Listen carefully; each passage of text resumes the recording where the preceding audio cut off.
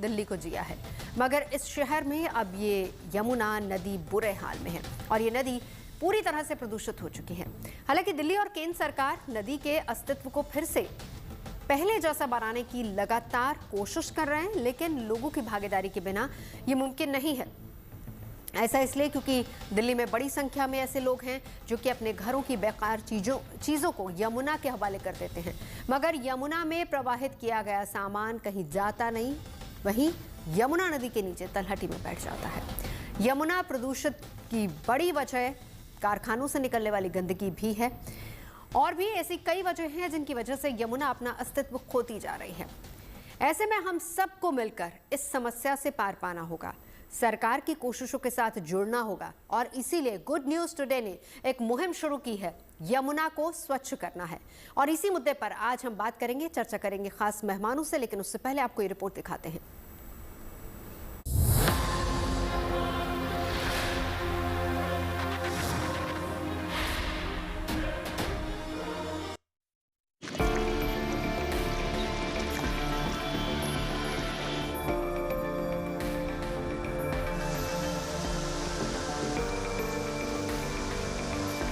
यमुना नदी दिल्ली की जीवन रेखा है।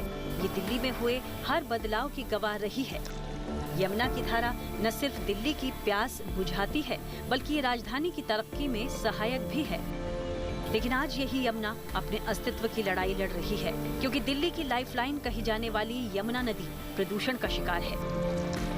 ये दिल्ली के कालिंदी कुंज इलाके की ताजा तस्वीर है, जहाँ यमुना नदी में फिर जबरदस्त झाग दिख रहा है। जलकुंभी ने लहरों पर पूरी तरह से कब्जा जमाया हुआ है। दिल्ली में यमुना के कई हिस्से पर सफाई का काम जारी है, लेकिन इसी बीच एक बार फिर से वही पुरानी खराब तस्वीर यमुना की दिखाई पड़ रही है। इस वक्त हम दिल्ली में कालिंदी कुंज बैराज के इस तरफ हैं और आप देखिए कि बैराज के उस तरफ भले ही सफाई का काम चल रहा हो, लेकिन इस तरफ जैसे ही पानी का फ्लो दोबारा से छोड़ा गया है, उसी तरह का सफ़ेद झाग आपको इस पूरी यमुना नदी में दिखाई पड़ जाएगा आगे बढ़ते हुए। और यही हाल इस पूरी यमुना का फिलहाल दिखाई पड़ रहा है। सिर्फ सफ़ेद झाग ही नहीं, बल्कि आप देखिए नदी में कितना कूड़ा है, कितना करकट है और किस तरह से जो जलकुंभी है वो नदी में दिखाई पड़ रही है। बीते कई दिनों से कालिंदी कुंज बैराज से यमुना के एक तरफ का पानी रुका हुआ था। मकसद था नदी की तलहटी की सफाई करना। जब पानी रोका गया था, तब नदी की तलहटी में प्लास्टिक की बोतल्स, कपड़े और बड़ी संख्या में पूजा का सामान पड़ा दिखा। पानी रुका गया इसलिए हम लोग का सफाई करने के लिए बीच में चला गया। फिर पानी बैराज वाला ने पानी खोल दिया था इसकी, बोला ऐसे कचरा बहते हुए चला जाएगा, नहीं चला गया, कचरा वैसे ही पड़ा है। इसके हम चाहता हूँ इसके मशीन चले और कचरा साफ हो जाएगा, बढ़िया बात है। कचरा वैसे ही पड़ा हुआ है, कचरा वैसे ही पड़ा हुआ। तो पानी जब रोका, पानी रुक गया, ये इलाका सूख गया, उसके बाद कोई यहाँ पर मशीन आई, कोई साफ सफाई काम चला? नहीं, कोई नहीं आया था, हम लोग हाथ से सफाई किया था। अब जब दोबारा बैराज से पानी छोड़ा गया तो फिर ऊपर तक सफेद झाग दिखने लगा। फरवरी को हमने आपको यहीं से एक तस्वीर दिखाई थी। उस वक्त बैराज से यमुना का पानी इस हिस्से में रोक दिया गया था और नदी की तलहटी दिखाई पड़ रही थी। हमने आपको दिखाया था कि तलहटी में किस तरह से प्लास्टिक जमा हो गई है, एक तरह से प्लास्टिक बीच बन गया है। और जब पानी रोका गया तो ये संभावना थी कि शायद अब इस प्लास्टिक को मशीनें उतार कर हटाया जाएगा, उसके बाद दोबारा नदी में पानी छोड़ा जाएगा।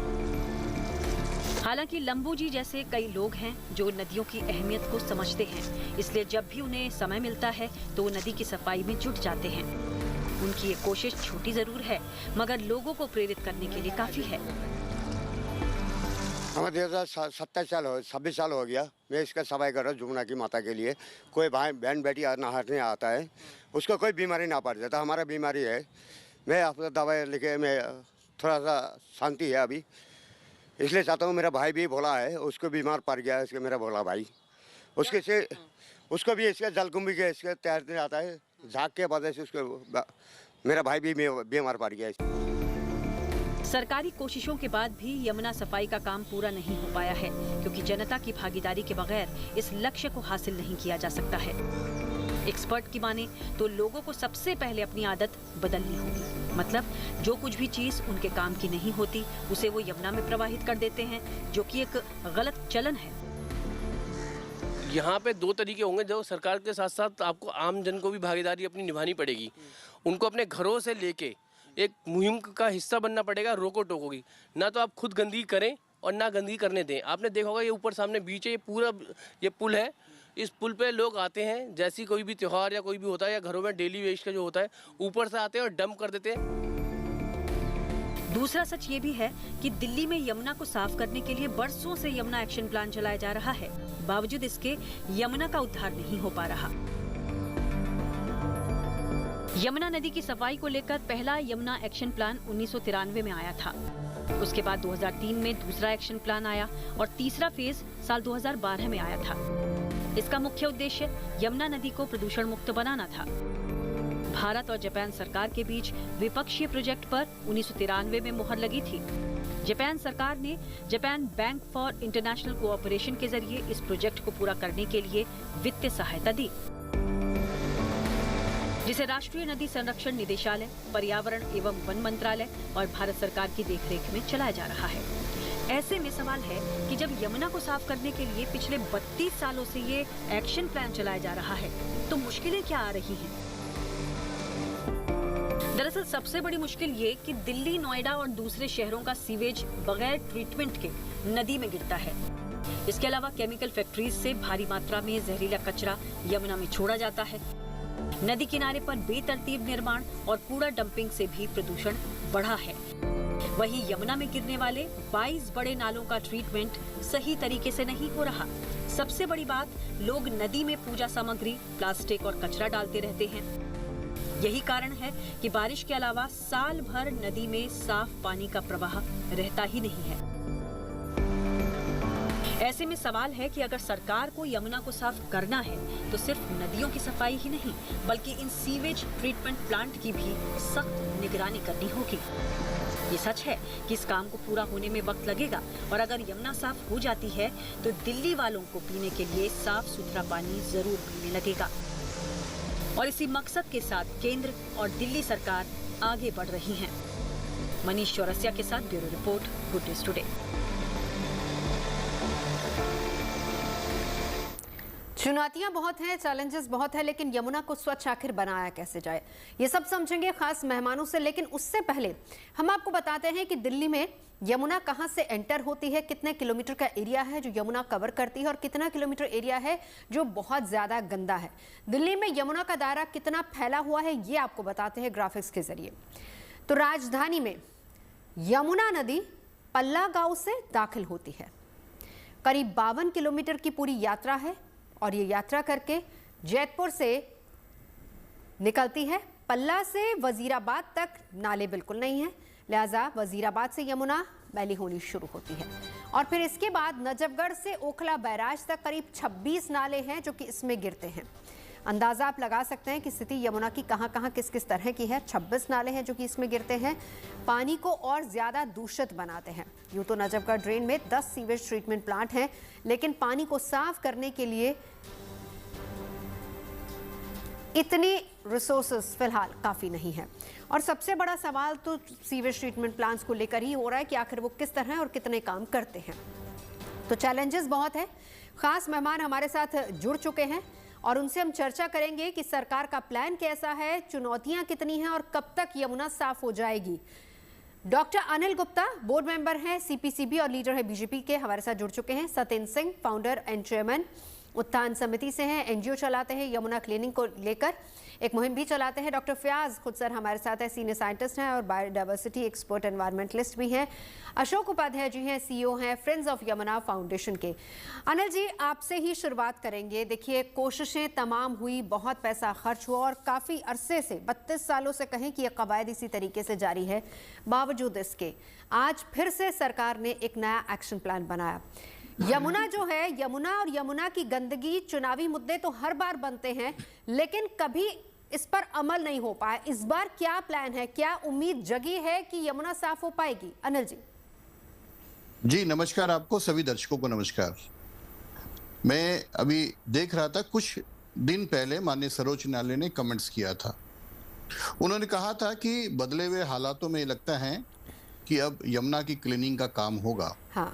और जिस तरीके से पिछले 15-20 दिन में तेजी आई है, मुझे लगता है यमुना सफाई पे अब सरकार का ध्यान दिया जा रहा है। मैं आज की ही रिपोर्ट चेक कर रहा था, तो अभी तक करीब 1300 मीट्रिक टन जो कचरा है, जो फ्लोटिंग जिसको कहते हैं कचरा है, थ्रेश स्कीमर से अभी तक यमुना से 10-12 दिन में निकाला गया है। पर मुझे लगता है अभी भी काफी चैलेंजेस हैं, पर जिस तरीके से पीएमओ इन्वॉल्व है, पीएमओ एक ब्लूप्रिंट इसके लिए बना रहे हैं, दिल्ली सरकार ने इस पे कमिटमेंट जारी की है, जिस तरीके से पूरी कैबिनेट ने मां यमुना की आरती में भागीदारी करी, उनकी प्रतिबद्धता दिखाती है। फिर भी मैं 3-4 चैलेंजेस आपके सामने रखता हूं जो सरकार को भी पता है।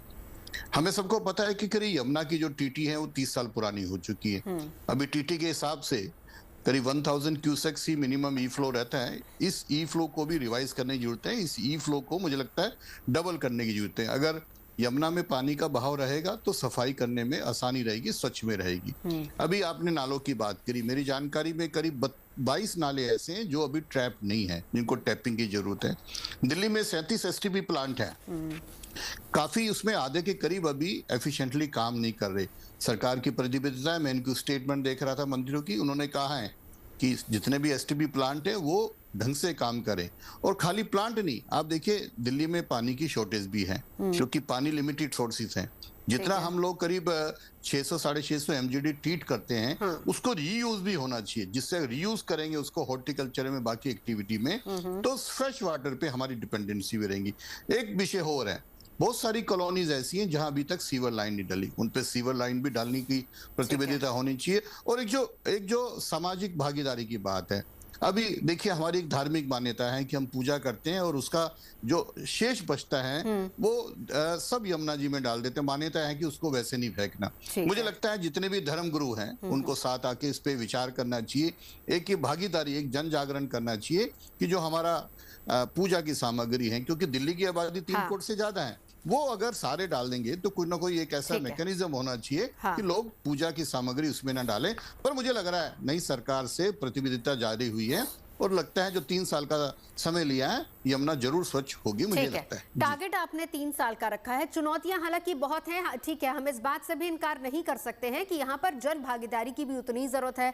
आपने कहा कि एक तरीके से आस्था का विषय भी है, लोग वहां पर धार्मिक सामग्रियां भी डालते हैं, ये भी एक बड़ी बात है। अवेयरनेस की भी बहुत ज्यादा जरूरत है। लेकिन वही बात होती है कि लक्ष्य जब आप ले रहे हैं, अगर ईमानदारी से उस लक्ष्य को लेते हैं तो यकीनन आप उसको पूरा भी कर पाते हैं। सत्येंद्र जी, अब आपको इंक्लूड करना चाहूंगी। सबसे बड़ी बात यह है कि आप खुद एक एनजीओ चलाते हैं यमुना की सफाई को लेकर। आप शायद यमुना से अच्छे से वाकिफ है। जिस तरीके से ये प्लान बनाया गया, पहली बात, पहला रिएक्शन तो आपका इस प्लान पर जानना चाहूंगी कि इस प्लान को लेकर आपको क्या लगता है, और जो लक्ष्य 3 साल का रखा गया है उसमें कितनी बड़ी चुनौतियां और कहां चुनौतियां नजर आ रही हैं?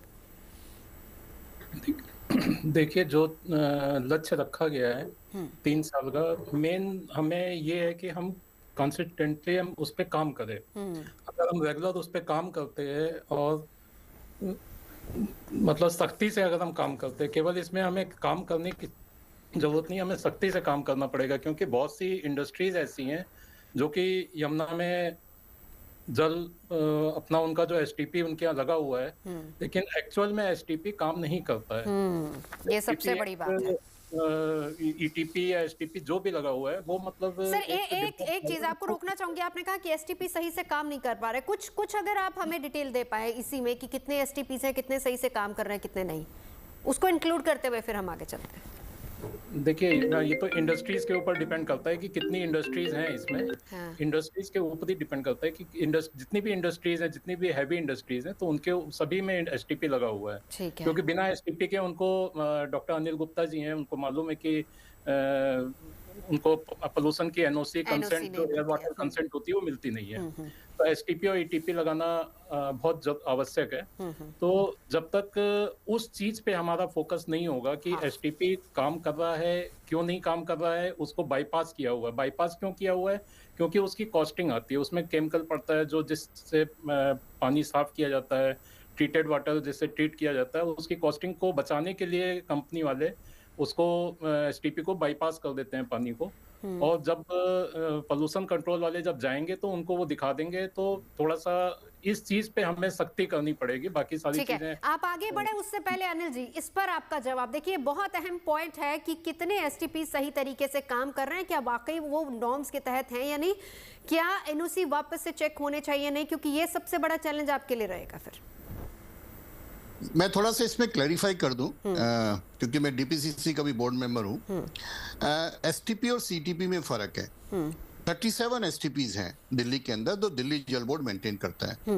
जो डीपीसीसी की मंथली रिपोर्ट आती है, करीब 19 एसटीपीज हैं जो रेगुलरली पैरामीटर्स, आउटलेट के पैरामीटर्स को मीट नहीं करते, उनको करेक्ट करने की जरूरत है। सारा का सारा नालों का या सीवर लाइन का वेस्ट में जाता है, ट्रीट होता है, ये मेजर की कंट्रीब्यूशन है। दूसरी, दिल्ली के अंदर एक मिसकंसेप्शन है कि इंडस्ट्री का आता है। अच्छा, 98 में सर्वोच्च न्यायालय का फैसला हुआ है, दिल्ली में जो लार्ज और मीडियम स्केल की इंडस्ट्री है ही नहीं, सब बंद हो चुकी है। थर्मल प्लांट बंद हो चुके हैं, सिर्फ माइक्रो स्मॉल स्केल इंडस्ट्रीज है। उसमें से भी 13 CTP common effluent treatment plant चलते हैं जो वो की सोसाइटी चलाती है। आपको जानकर आश्चर्य होगा कि 13 के 13 सीटीपी बड़े अच्छे ढंग से, क्योंकि वो सरकार नहीं चलाती, आप मंथली उनकी रिपोर्ट देखेंगे पिछले 10 साल की, वो ठीक चलाते। पर एक विषय और है, दिल्ली में अभी भी 13 ऐसे औद्योगिक क्षेत्र हैं जहां सरकार ने सीटीपी प्लांट नहीं लगाया, जैसे पटपड़गंज है, आनंद पर्वत है, मंडोली है, ऐसे हैं। तो नई सरकार को मुझे लगता है कि जो 13 सीटीपी ठीक चल रहे हैं वो ठीक है, अच्छी बात है। और जो नए जो एरियाज ऑलरेडी स्टेब्लिश हैं, क्योंकि उनका पानी नाले में जाता है, वो फिर एसटीपी में जाता है। तो जो औद्योगिक क्षेत्रों में CTP plant, common effluent treatment plant नहीं लगे हैं, वहां लगने चाहिए, वहां भागीदारी से लगना चाहिए। और मेरा एक स्ट्रॉन्ग बिलीफ है कि जो प्लांट सोसाइटीज चला रही है, इंडस्ट्री के लोग चला रहे हैं, वो ठीक चल रहे हैं, क्योंकि आजकल ऑनलाइन मॉनिटरिंग सिस्टम हो गई है। हमारे पास जो रिपोर्ट आती है ऑनलाइन मॉनिटरिंग सिस्टम से आती है, मैनुअल भी आती है, दोनों क्रॉस चेक होती है। इसलिए हम कहते हैं कि 37 एसटीपी में 19 काम नहीं कर पा रहे या 13 सीटीपी ठीक काम करें। तो मुझे लगता है मल्टीपल लेवल पे काम करने की जरूरत है, खाली एक आयाम नहीं होना चाहिए। जहां लोगों की जागरूकता होनी चाहिए, वो नालों की टैपिंग भी होनी चाहिए, ई फ्लो भी बढ़ना चाहिए, एसटीपी भी ठीक चलना चाहिए। इसीलिए समय निर्धारित किया गया है। इसीलिए सर हम चर्चा भी कर रहे हैं, क्योंकि देखिए सरकार का भी इनिशिएटिव है। मैंने वापस से उसी बात को दोहराऊंगी कि बिना जन भागीदारी के साफ नहीं हो सकती यमुना। इसीलिए एक एक करके, क्योंकि तमाम विद्वान लोग हमारे साथ बैठे हैं और उनसे भी हम सजेशन लेते चल रहे हैं, और एक क्रॉस क्वेश्चनिंग आपसे भी रहेगी। डॉक्टर फयाज, अब आप भी इंक्लूड कर लेती हूँ, पर्यावरणविद भी है, क्या राय आपकी है इसको लेकर, जो प्लान बनाया गया है अभी तक यमुना को साफ करने को लेकर? देखिए, अभी तो रिवर की केमिस्ट्री और दूसरी चीजें तो विद्वान डॉक्टर अनिल जी और उत्थान के फाउंडर ने बोला। मैं सिर्फ रिवर की थोड़ी बायोलॉजी पे बात करना चाहूंगा, और मुझे लगता है वो लाजमी है समझना। सरकार जो भी करे अच्छा करेगी, क्योंकि एक बहुत अच्छा उदाहरण है सरकार का ही कि भारत सरकार का उपक्रम है डीडीए, और डीडीए ने यमुना बायोडायवर्सिटी पार्क बनाया है, जो पिछले 20 साल से एक ऐसा नायाब नमूना पेश करता है जो यमुना को रिस्टोर करने के लिए बेस्ट एग्जाम्पल है। हमें यह समझना होगा कि नदी एक पाइपलाइन नहीं है, और न नदी फ्लडवे या वाटरवे से चलता है, वो एक कंपोनेंट है उसका। उसके ऊपर राइपेरियन जोन है, एक्टिव फ्लड प्लेन है। क्या हम उनको देख पा रहे हैं? उसकी इकोलॉजी समझ पा रहे हैं? उसके इकोलॉजी को रिकंस्ट्रक्ट कर पाएंगे? क्योंकि कैरेक्टरिस्टिक जितने ग्रासलैंड्स हैं वो खत्म हो गए। जो फ्लड प्लेन वेटलैंड्स हैं उसमें या तो सीवरेज भरा है, या फ्लड प्लेन वेटलैंड हाईली सिल्टेड है, या फ्लड प्लेन वेटलैंड इनक्रोज्ड है। तो हम अगर इन सारी बातों को समझ लें, आज की तारीख में यमुना को पानी चाहिए और कोई भी राज्य अपना पानी नहीं देगा, तो समाधान क्या है? जब पल्ला से कालिंदी की बात आप कर रही थी मैडम, तो पल्ला से कालिंदी तक हमें फ्लड प्लेन वेटलैंड को आइडेंटिफाई करना होगा। और स्वयं मैंने पैदल चल के देखा है कि बहुत सारे वेटलैंड हैं जिसको रिस्टोर करने की जरूरत है। यमुना बायोस्फीयर पार्क के फेज 2 में 100 एकर्स का वेटलैंड रिस्टोर्ड है, जिसमें इतना सारा पानी जमा हुआ है फ्लड का, और उसमें माइग्रेटरी बर्ड्स अभी भी भरी हुई है। तो अगर इस मॉडल को अलोंग द रिवर हम रिप्लिकेट करते हैं तो एक समाधान का रास्ता नजर आता है। और अनटिल अनलेस आप रिवर इकोलॉजी के साथ चलें, रिवर का कंप्लीट सॉल्यूशन खोजना मुश्किल होगा, क्योंकि सिर्फ ड्रेन एक मेजर कंपोनेंट है। जो आप जान के आश्चर्य करेंगे कि पल्ला से वजीराबाद के बीच में सच्ची बात है कि सीवरेज नहीं है, लेकिन अपर स्ट्रेच से हमेशा चीजें आती हैं जब अमोनिया बढ़ता है, लेकिन वजीराबाद से आगे आप नजर डालें, वो सिर्फ सीवरेज से चलता है। अगर लीन पीरियड में अगर सीवरेज बंद कर दो तो शायद नदी का अस्तित्व नहीं हो। तो नदी को पानी चाहिए, और पानी का रास्ता दिल्ली को स्वयं ढूंढना होगा, और उसका रास्ता सिर्फ फ्लड प्लेन दिखाता है। फ्लड प्लेन को जानना, फ्लड प्लेन की इकोलॉजी को समझना और उसको रिस्टोर करना ही बेहतर आइडिया होगा। और अपने पास जीता जागता सरकार का नमूना डीडीए का यमुना बैरिस्टी पार्क है, और ऑनरेबल एनजीटी ने 3 ऑर्डर में अपने कहे हैं कि इसको रिप्लिकेट करो हर जगह। हाँ। तो सरकार का ही की परियोजना है, भारत सरकार की। अगर इसको रिप्लिकेट कर पाए तो आसानी से उन रास्तों को पालेंगे। एक लास्ट मैडम बताना चाहूंगा। सर मैं लौटती हूँ आपके पास लौटती हूँ, क्योंकि ब्रेक का वक्त भी हो रहा है। उससे पहले अशोक उपाध्याय जी को भी इंक्लूड करना है, क्योंकि हमारे पास अभी और आधा घंटा है। सर अपनी अपनी बात आप रखिएगा। अशोक जी, अब आपको इंक्लूड करते हुए चैलेंजेस आपको कहाँ लगते हैं? हमें सबसे पहले ये जानना है कि नदी क्या चाहती है। हाँ। किसी ने पूछा नहीं यमुना क्या तुम्हारी डिमांड है। हमने तो सब हम अपने जितने कार्य हो रहे हैं सिर्फ हम लोग अपने लिए कर रहे हैं, यमुना के लिए क्या कर रहे हैं।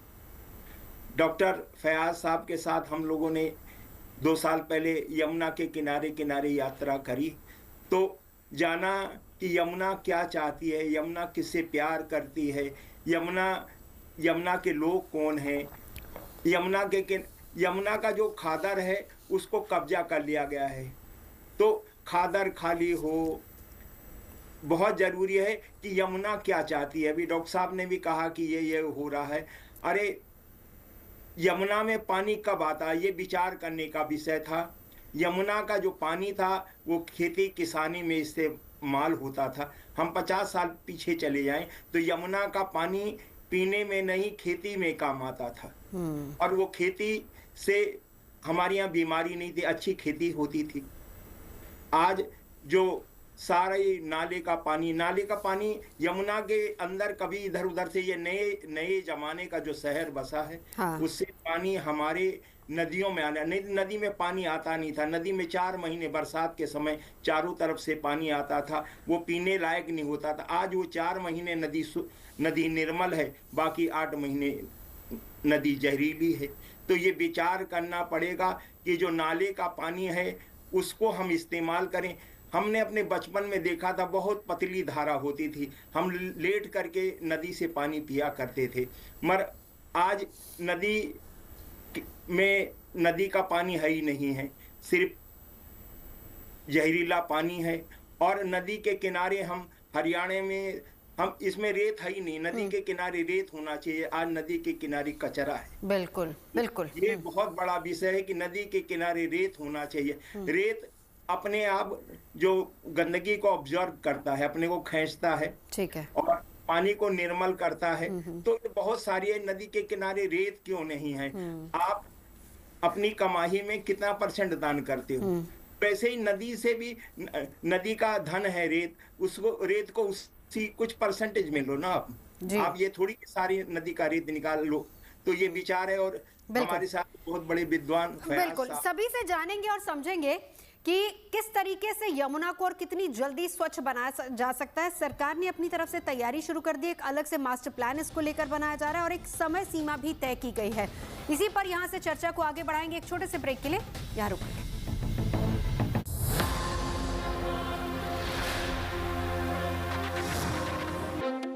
गुड न्यूज टुडे इसलिए अच्छा लगता है, इसके अंदर ना वो खबरों की मार धाड़ और चिल्ला चिल्ली नहीं है। कम से कम लोगों को खबरें तो आराम से सुनने को मिल जाए। ब्रेक के बाद आपका स्वागत है। आप देख रहे हैं हमारा खास कार्यक्रम ये हुई ना बात, और मुहिम जो गुड न्यूज टुडे की है, यमुना को साफ करना है। क्या है एक्शन प्लान, इसी को लेकर हम चर्चा कर रहे हैं और किस तरीके से ये एक्शन प्लान साकार होगा उसको लेकर भी चर्चा हो रही है। लेकिन बाधाएं बहुत सारी, यमुना को स्वच्छ बनाना है, आम जन भागीदारी की भी उतनी जरूरत है। लेकिन डॉक्टर अनिल, अब आपके पास आते हुए देखिए, जब हम कहते हैं कि प्लानिंग ऐसा नहीं कि आज हुई, प्लानिंग बहुत पहले से होती है। 1993 में भी प्लान हुआ था जिसमें 662 करोड़ की योजना बनाई गई थी। इसके अलावा 2012 की बात करें तब भी करोड़ों की योजना थी। उसके बाद यमुना एक्शन प्लान 3 की भी अगर हम बात करें 1656 करोड़ इस पर खर्च किए गए थे। देखिए, लक्ष्य से रख लिया जाता है, लेकिन उसके बाद नतीजा क्या होता है ये हम सभी जानते हैं। आज की तारीख में भी यमुना की स्थिति क्या है ये भी हम जानते हैं। जी, आपने बिल्कुल ठीक कहा। पिछले करीब 30 सालों से यमुना की जो हालत है एक नाले की तरह हो गई है। आपको सरप्राइज होगा, हरियाणा से जब पल्ला में एंटर करती है तो 1000 क्यूसेक्स ई फ्लो मेंटेन रहता है, थोड़ा स्वच्छ पानी होता है। As per the treaty 500 cusecs इनको वापसी करना होता है जब ये ओखला के बाद वापसी हरियाणा में जाती है। जो 500 क्यूसेक जाता है वो प्योर सीवर जाता है, प्योर सीवर। इस मामले तो क्रिमिनल केस बनता है, दिल्ली के ऊपर भी ये सच्चाई है। और ये भी सच्चाई है कि आज अभी यमुना का अस्तित्व नहीं है, अभी नाला बना हुआ है। वजीराबाद बात की बात करें, पर जिस तरीके से नई सरकार के बाद तेजी आई है, और हम हमेशा से कहते रहे, मैं आपके डिबेट में पहले भी आया कि कोर इशू पे काम होना चाहिए। कोर इशू क्या है? पहला है जो सिल्ट दमी हुई, जो उसकी तलहटी में गाद है या वेस्ट है, उसको निकाला जाने। बड़ा मेजर टास्क है, ये आसान नहीं है। अभी जो स्क्रीमर लगे हुए हैं वो फ्लोटिंग कचरा उठा रहे हैं। क्लीनिंग ऑफ मेजर ड्रेन्स, करीब 22 ड्रेन है जिसमें से कुछ ही टैप है, उनको क्लीन करना। Strict monitoring of sewerage treatment plant, STP का टीटी डायरेक्टली जाता है। फिर मैं कहता हूं स्ट्रिक्ट मॉनिटरिंग करेंगे तो पानी की समस्या भी ठीक होगी, क्योंकि उसको रीयूज कर सकते हैं। और एक्सपेंशन ऑफ ट्रीटमेंट इंफ्रास्ट्रक्चर, अभी 1000 के करीब ऐसी कॉलोनीज हैं जहां सीवर लाइन नहीं है। मैंने कहा कुछ एरिया ऐसे हैं जो एसटीपी से नहीं जुड़े हुए।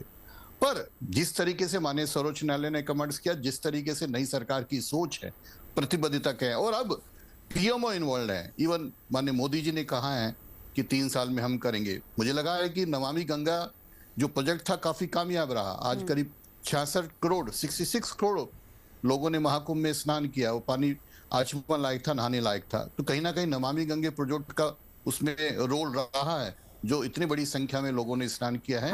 पर हम जैसे लोगों की भी ये जवाबदेही है, भागीदारी है कि यमुना में जो काम होना चाहिए वो अब हो।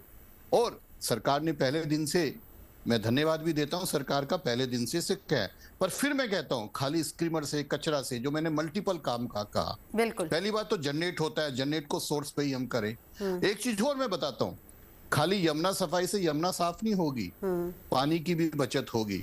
अभी मेरे से पूरे वक्ता कह रहे थे, और ई फ्लो भी बढ़ाना पड़ेगा। अभी एक चीज और में, अभी मेरी जानकारी के हिसाब से जब से माइक्रो इरिगेशन आया है, जब से बूंद बूंद की बचत हो रही है, एग्रीकल्चर में पानी की डिमांड कम हुई है।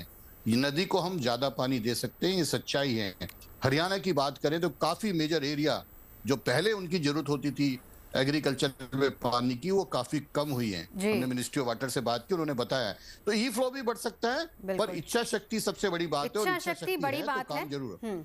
सत्येंद्र सिंह जी, आपके पास आते हुए कुछ एक बिंदुओं पर जिसको लेकर हमने अभी चर्चा की ब्रेक पर जाने से पहले, की शुरुआत मैंने की थी कि चैलेंजेस क्या है। ठीक है, लक्ष्य एक बार फिर से रखा गया है कि हम यमुना को साफ करेंगे। चलिए, इसमें हम उम्मीद करते हैं कि यमुना साफ होगी।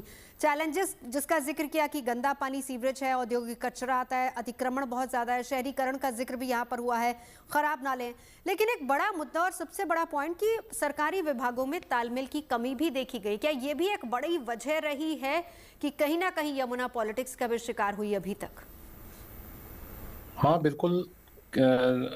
जब तक ये सरकारों का तो है ही है, मतलब मैं इसमें क्या बोलूं कि सरकार किसी की, अगर मान लीजिए पहले जो सरकार थी उनका और केंद्र का सामंजस्य न होने की वजह से काम नहीं हुआ, तो वो चीज़ तो है ही है। वो चीज़ जो आप बता रही हैं वो तो है ही है। इसके साथ में हमें ये भी देखना पड़ेगा कि हिंडन में, ये यमुना में और क्या रीजन है कि यमुना पोल्यूटेड हो रही है। इसमें जो बैक में अगर हम जाए, केवल हम दिल्ली का एरिया ना देखें, क्योंकि दिल्ली में अगर हमने केवल यमुना साफ कर ली तो उससे भी यमुना साफ नहीं हो जाएगी। हमें उसके बैक में भी जाना पड़ेगा, जहां से यमुना का उद्गम हुआ, वहां से लेकर हम यहाँ तक हमें देखना पड़ेगा कि यमुना जी कहाँ से पहले से वाटर कैसा आ रहा है। ठीक है, पल्ला में जैसा कि बताया कि पल्ला में पानी काफी हद तक साफ आता है, लेकिन फिर भी हमें जैसा वाटर फ्लो बढ़ाने की बात हो रही, वाटर फ्लो भी बढ़ाना पड़ेगा हमें।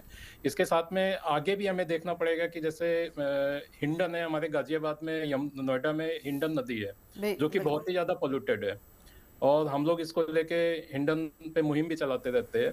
तो ये यमुना जी में गिर रही हैं, तो उसमें काफी, उसके किनारे काफी हैवी इंडस्ट्रीज हैं जो कि हिंडन को पोल्यूटेड कर रही हैं।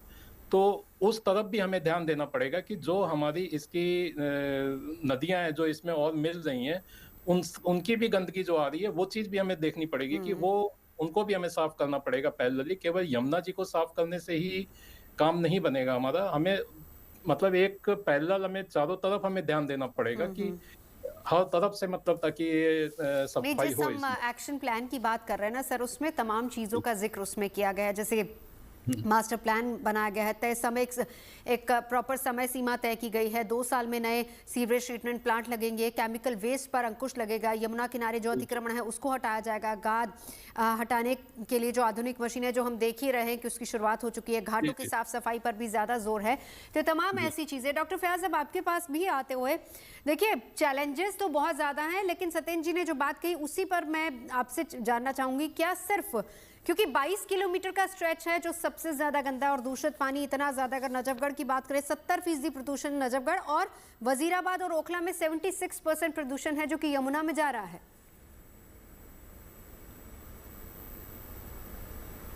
सर आपका ऑडियो शायद म्यूट है।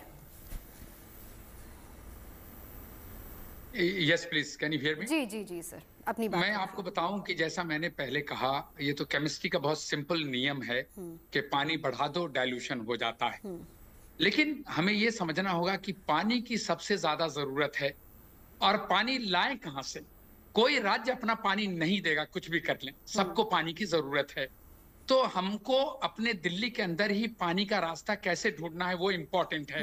और बार बार मैं कह रहा हूं कि नदी के बायोलॉजी को जानना और उसके फ्लड प्लेन को जानना बहुत लाजमी है, क्योंकि आप फ्लड प्लेन के रिस्टोरेशन से ही नदी का रिजुविनेशन कर सकते हैं।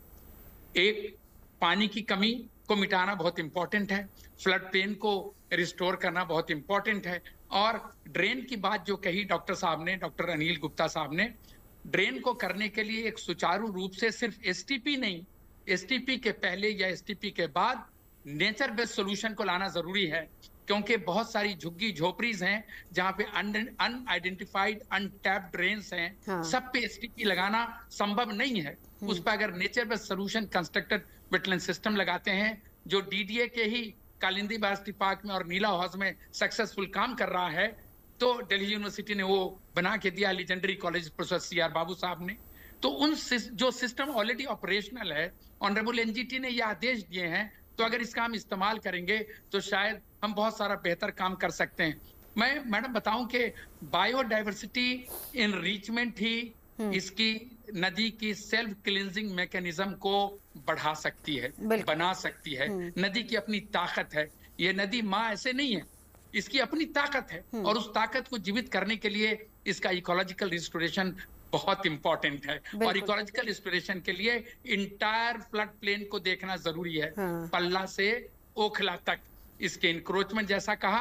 हाँ। अभी जैसे आपको वो भी एक बड़ा चैलेंज है। सर आती हूँ आपके पास एक बार। अशोक उपाध्याय जी, आपने कहा कि आपने पूरी यमुना में जहां से शुरू होती है वहां से लेकर एंड तक आपने पूरी यमुना को देखा, उसको समझा, परखा। इस दौरान सबसे बड़ा चैलेंज क्या रहा? क्योंकि एक इंक्रोचमेंट सबसे बड़ा चैलेंज ये भी देखा गया है इसमें। देखिए, मैं सबसे बेसिक, जो दिल्ली में छोटे छोटे फ्लैट बन गए, अब वो पूजा करते हैं तो पूजा कचरा अपना कहाँ डालें? सरकार को बहुत बड़ी आवश्यकता है कि उन पूजा कचरा के लिए स्थानीय लोगों को प्रेरित करें, या तो उसका वो अपने गमले में खाद बनाएं, या सरकार अपने द्वारा जगह जगह बक्से डाले या कुछ बने, जिससे वो उनकी आस्था भी भाव बना रहे। नहीं, हम घाट पे रोकते हैं तो लोग चुपके से पीछे से डाल देते हैं।